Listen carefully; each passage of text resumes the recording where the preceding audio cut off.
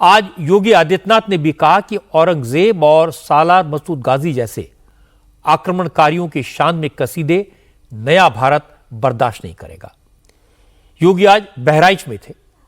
उन्होंने यहां मिहीपुरवा के तहसील भवन का उद्घाटन किया, क्योंकि यूपी में आजकल सालार मसूद गाजी की याद में नेजा मेले को लेकर विवाद चल रहा है।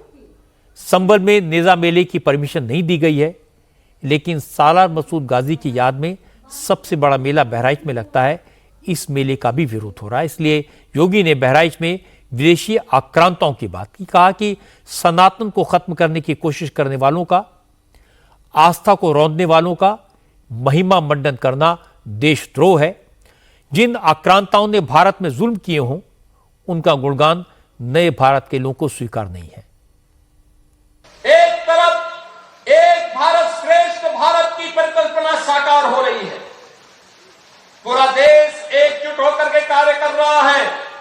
उन स्थितियों में मैं सभी उत्तर प्रदेश वासियों से कहना चाहूंगा, जब भारत की सनातन संस्कृति और भारत की परंपरा का गुणगान दुनिया कर रही है, तब भारत के महापुरुषों के प्रति श्रद्धा और सम्मान का भाव हर नागरिक का दायित्व होना चाहिए।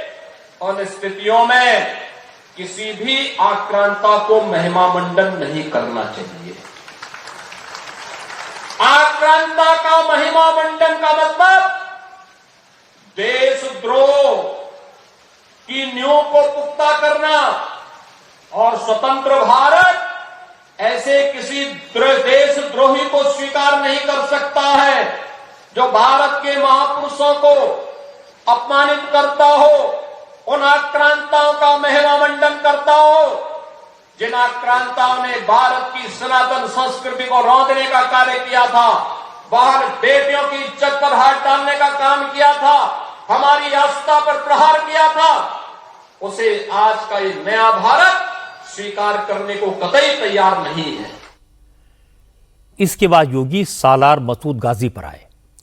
असल में 1034 ईस्वी में बहराइच में ही महाराजा सुहेलदेव ने चित्तौरा झील के किनारे सालार मसूद को युद्ध में मार गिराया था। सालार मसूद की कब्र भी बहराइच में ही है। हर साल लाखों लोग सालार मसूद की मजार पर आते हैं। इसलिए योगी ने कहा, महाराजा सुहेलदेव बहराइच की पहचान है। ऋषि बालार्क के नाम पर बहराइच का नाम है। यहां किसी आक्रांता के लिए कोई जगह नहीं है। बहराइच में किसी की चर्चा होनी चाहिए तो वो महाराजा सुहेलदेव की, जिन्होंने एक विदेशी इन्वेडर को ऐसी धूल चटाई कि 150 साल तक किसी ने भारत की तरफ आंख उठाने की हिम्मत तक नहीं की। बहराइच वही ऐतिहासिक भूमि है जहां पर एक विदेशी आक्रांता को धूल दूषित करते हुए महाराज सुहेलदेव ने भारत की विजय पताका को दिगंत तक पहुंचाने का काम किया था। महाराज सुहेलदेव का शौर्य और पराक्रम इस स्तर का था, उन्होंने विदेशी आक्रांताओं के साथ जो शौर्य और पराक्रम का परिचय दिया था, उसी की परिणति थी कि 150 वर्षों तक कोई विदेशी आक्रांता भारत पर हमला करने की कोई दुस्साहस नहीं कर पाया था। योगी आदित्यनाथ की बात तो सही है।